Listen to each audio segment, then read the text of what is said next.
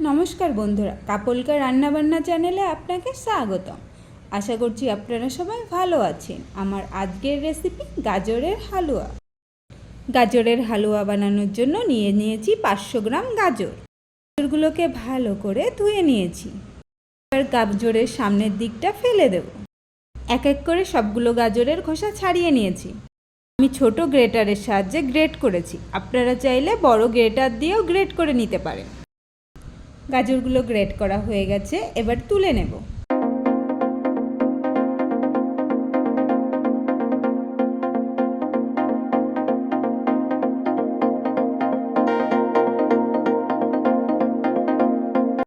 গাজরের হালুয়া বানানোর জন্য নিয়ে নিয়েছি 500 গ্রাম গাজর, 7-8টা এলাচ, 25 গ্রাম কিশমিশ, 7-8টা কাজু বাদাম, 7-8টা কাঠবাদাম, নিয়ে নিয়েছি 250 গ্রাম চিনি।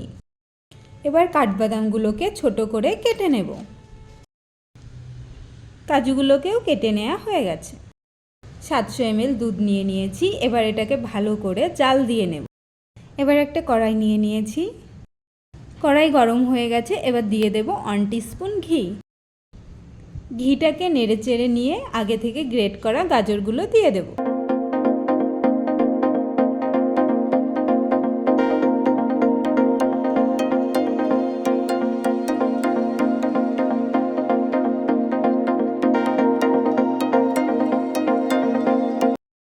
গাজরটাকে নেড়ে চেড়ে নিয়ে 5 মিনিটের জন্য ঢাকা দিয়ে দেব। 5 মিনিট হয়ে গেছে, এবার ঢাকনাটা তুলে নেব। এবার আগে থেকে জাল দিয়ে রাখা দুধটাকে দিয়ে দেব। ততক্ষণ পর্যন্ত নাড়াচাড়া করতে থাকবো যতক্ষণ না দুধটা শুকিয়ে যায়।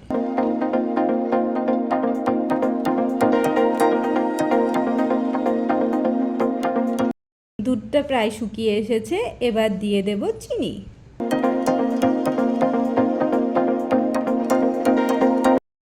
চিনি দেওয়ার পর সামান্য জল গলছে। এবার 2 মিনিট হাই ফ্লেমে নেড়ে চেড়ে নিলেই জলটা কমে যাবে।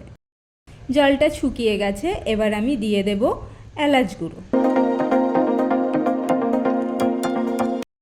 এবার একটা প্যান নিয়ে নিয়েছি। প্যানে আমি দিয়ে দেব 1/2 টিস্পুন ঘি। ঘিটাকে নেড়ে চেড়ে এতে দিয়ে দেব আগে থেকে কুচিয়ে রাখা কাঠবাদাম আর দিয়ে দেব কাজুগুলোকে। এবার একটু নেড়ে চেড়ে নিয়ে ভেজে নেব। কাঠবাদাম ও কাজুটা ভাজা হয়ে গেছে, এবার কিশমিশটা দিয়ে একটু নেড়ে চেড়ে দেব।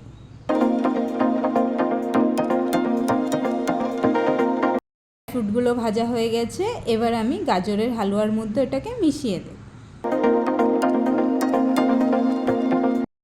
তৈরি হয়ে গেল আমার গাজরের হালুয়া। এবার এটাকে তুলে নেব। আশা করছি ভিডিওটা আপনাদের ভালো লেগেছে। ভালো লাগলে একটা লাইক দেবেন আর সাবস্ক্রাইব করবেন।